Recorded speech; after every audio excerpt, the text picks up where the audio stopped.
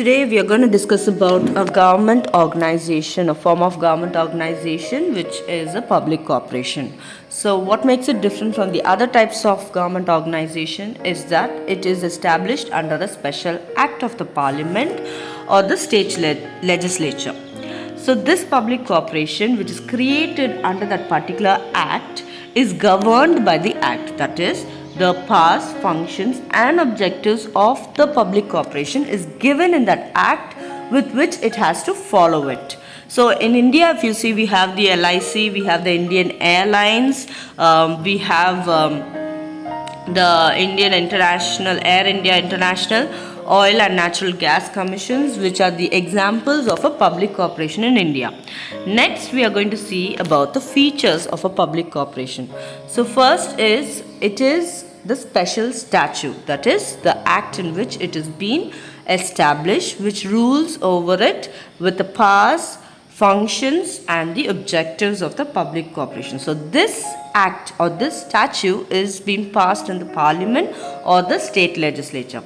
Secondly, we have is a separate legal entity. So it is considered as a separate person by law, just like a statutory company. So when it is considered as a separate person by law, it has separate legal entity. It is known as separate legal entity. So it has perpetual succession, that is it continues to exist, even the members keep changing.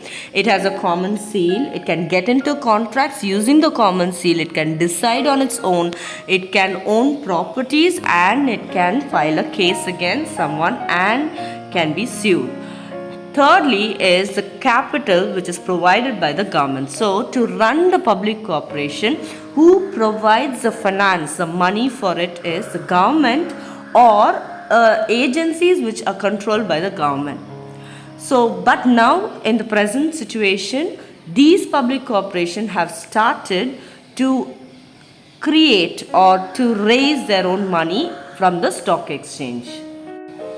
So next up in the features of a public corporation is the financial autonomy. So autonomy is total independence. So it has full independence in preparing its own budget, the amount of money which is required, and it has the authority to retain whatever it is going to earn. So unlike departmental undertaking, it need not send or submit its revenues or incomes to the ministry. It can retain it and use it for its own business.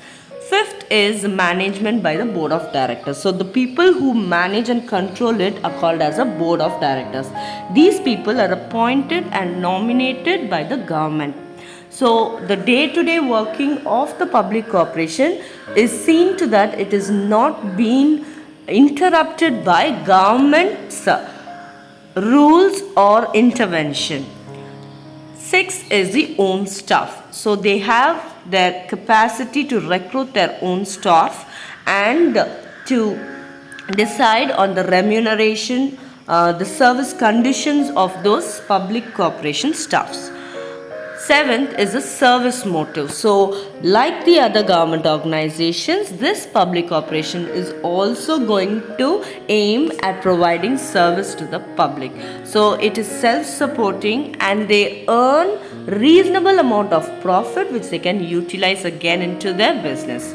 Seventh is public accountability. So here, like the departmental, it has to submit a report on how it is going to work and what it has done. So the accounts are audited by the CAGI, that is Comptroller and Auditor General of India, just like the statutory company. And the accounts are being submitted in the parliament or the state legislature, where they will discuss whether they have made a profit or a loss or how is the operations of the public corporation. So these are the features of the public corporation.